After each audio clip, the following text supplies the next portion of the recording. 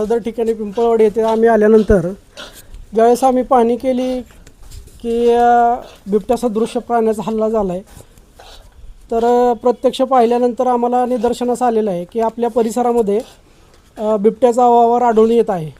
तर साखरवाडी, सुरवडी या भागामध्येही बिबट्याचा काही प्रमाणात वावर आहे. तर सर्व नागरिकांना आमच्या वन विभागाच्या वतीने हेच आवाहन करण्यात येत आहे की थोडीशी दक्षता घेऊन आपण बिबट्यापासून वाचू शकतो. फक्त असे काही घटना घडल्यास किंवा बिबट्या आढळल्यास किंवा बिबट्या सदृश्य प्राण्याची माहिती मिळाल्यास त्वरित वन विभागाला कळवा.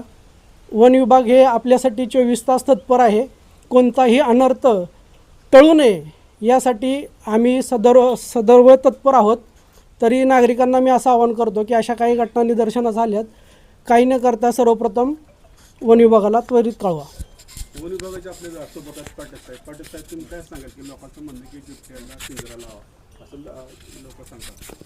नाही, बिबट्याच्या संदर्भात जर म्हटलं तर आपला जर पिंजरा लावण्यासाठी वन विभागाची आपल्याला नागपूरकडून परमिशन घ्यावी लागते. आणि जर का अशा वारंवार घटना घडू लागल्या तर आपण वरिष्ठ कार्यालयाशी संपर्क करून त्याबाबत आपण उपाययोजना करू शकतो.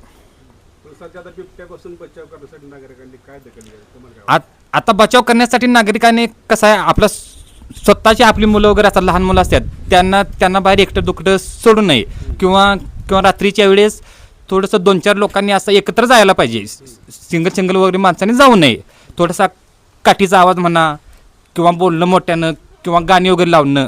जर शक्यतो रात्रीच्या वेळेस बाहेर पडू नये. जर कामाची गरज जर असेल तर एक 3-4 लोकांनी कसं बाहेर पडावं असं.